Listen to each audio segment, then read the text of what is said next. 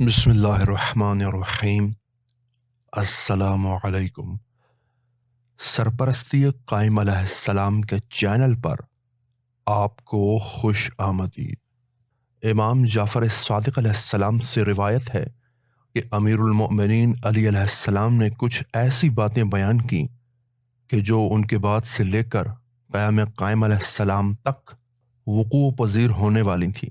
اس پر امام حسین علیہ السلام نے دریافت کیا کہ یا امیر المؤمنین، اللہ کب اس زمین کو ظالموں سے پاک کرے گا؟ آپ علیہ السلام نے فرمایا کہ اس وقت تک یہ زمین پاک نہیں ہوگی جب تک محترم خون نہ بہا دیا جائے۔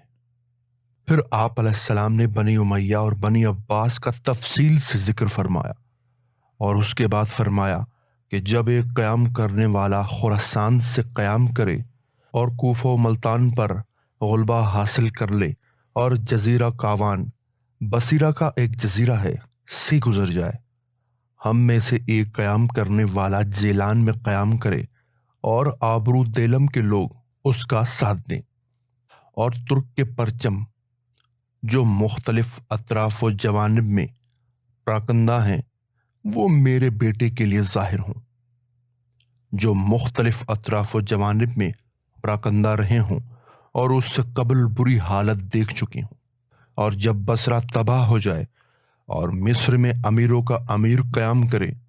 پھر آپ نے ایک طویل گفتگو فرمائی اور ارشاد فرمایا کہ جب ہزاروں افراد جنگ کے لیے آمادہ ہو جائیں اور صفیں تیار ہو جائیں اور مینڈھا قتل ہو جائے، یعنی مینڈھا اپنے بچے کو قتل کر دے، اس وقت ایک دوسرا شخص قیام کرے گا اور بغاوت کرے گا، فتنہ انگیز فساد کرے گا یا پھیلائے گا، یعنی خون کا انتقام لے گا، اور کافر ہلاک ہوگا۔ اس وقت وہ قائم جن کی تمنا کی جا رہی ہے اور وہ غائب امام جو صاحب شرف و فضیلت ہے خروج کرے گا۔ اے حسین، وہ تمہاری نسل سے ہوگا، ایسا بیٹا جو بے مثل و بے نظیر ہوگا۔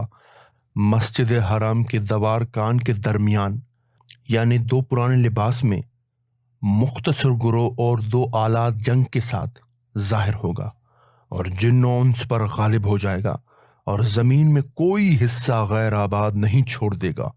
بشارت ہے اسے جو اس کا زمانہ پائے اور اس دور میں موجود ہو اور اس کے عہد میں زندگی گزارے۔